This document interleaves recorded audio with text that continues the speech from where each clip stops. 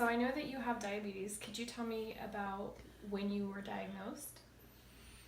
Yeah, 2011, I went in for a normal medical checkup, and they had talked a little bit about pre-diabetic conditions prior to that point, but in 2011, it it rolled over, and that's when they said, no, you're diabetic, you're type 2 So diabetic. you had an idea that perhaps you were going in this Yeah, direction. yeah. Um, yeah, I was putting on weight and not exercising enough, and a lot of the behaviors that common sense would tell you not to do, and it was just sort of a downward trend, and then I hit the wall. So you just weren't very healthy in some of your behavior? Yeah, I just wasn't. Yeah, I wasn't healthy in my behavior, and I really wasn't properly motivated to fix it. Once I was diagnosed,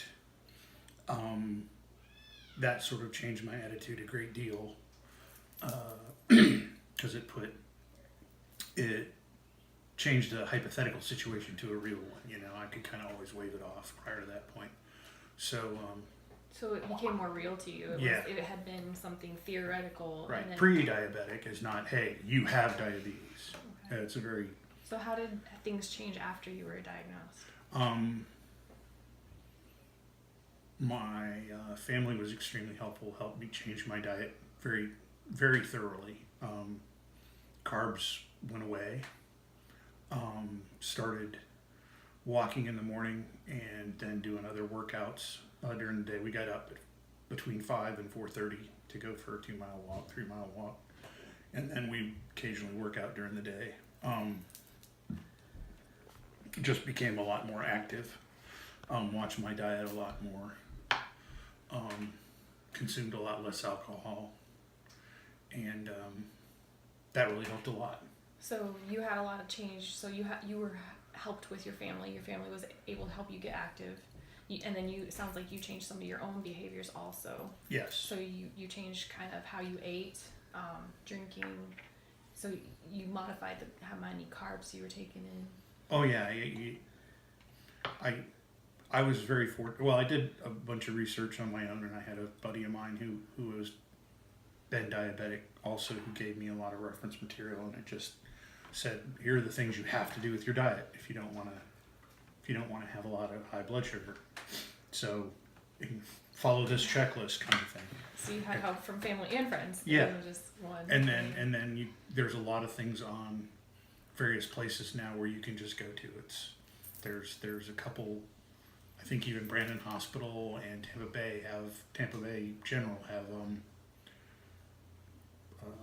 like classes. well, they have news feeds actually Oh. that send you an email. It says, if you have type 2 diabetes, and it comes out about once a week. It says they give about 5 or 6 articles about Have you used here's those? oh yeah, here's things that you can do to do this. Here's types of workouts. Here's some things you can try, and I get one a week, and So- those are very useful. And then you can just go on the internet and find reputable websites and just dig into it.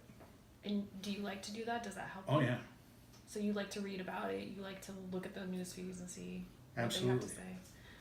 Sounds good. So what about now? Where are you currently with your diabetes? I think I'm maintaining it, not as well perhaps as I could. I know I'm not as active as I need to be. Kind of in a trough that way. But I think that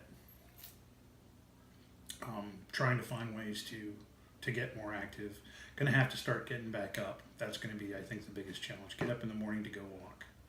I'm not looking forward to do that because our days are long anyway. So it sounds like getting up early makes it a little bit more challenging. It's good for you. It sounds like you recognize it's good for you, but that it makes it for a longer day for you. Getting up before 5 a.m. With no one shooting at you is tough to do. So, What are some other strategies that you're thinking about using? well, currently there are times during the day that if I was careful and used my time wisely and blocked it out, I could possibly go work out a little bit during the course of my day. So in between your work schedule. Yeah, in between my work schedule. That could be pretty difficult, but I think I could make that happen. It's just complicated because of the demands of my day are very unpredictable. But so what would help you get to that goal where you could incorporate it into your day? I would have to either do it, I think, the easiest way would be to do it either before or after work. So it sounds like on a total you routine would basis. either have to get up early or when you get home, go ahead and go working. But doing it after work is really, really hard because it's unpredictable what's going to happen at the end of the day. Right. And many times, you come home and your energy is sapped anyway, and it's an hour commute, and trying to get motivated to go when there's other things, people crying for your attention, and when are we going to eat dinner, and all that sort of stuff. So probably the obvious thing is to get up early, but setting the alarm that early is really hard to do. But anyway. So it sounds like that has worked for you in the past, though, getting up Yes. early. So on a scale of 1 to 10, how confident are you that, like, in the next 2 weeks that you could get up in the mornings to go walking? Between 5 and 8. That's pretty good. That's Yeah, pretty good. I just have to make myself do it. So it sounds like you are motivated to do it. You just have to sit down and actually. I just got to push through it. I just Yeah. have to break the barrier.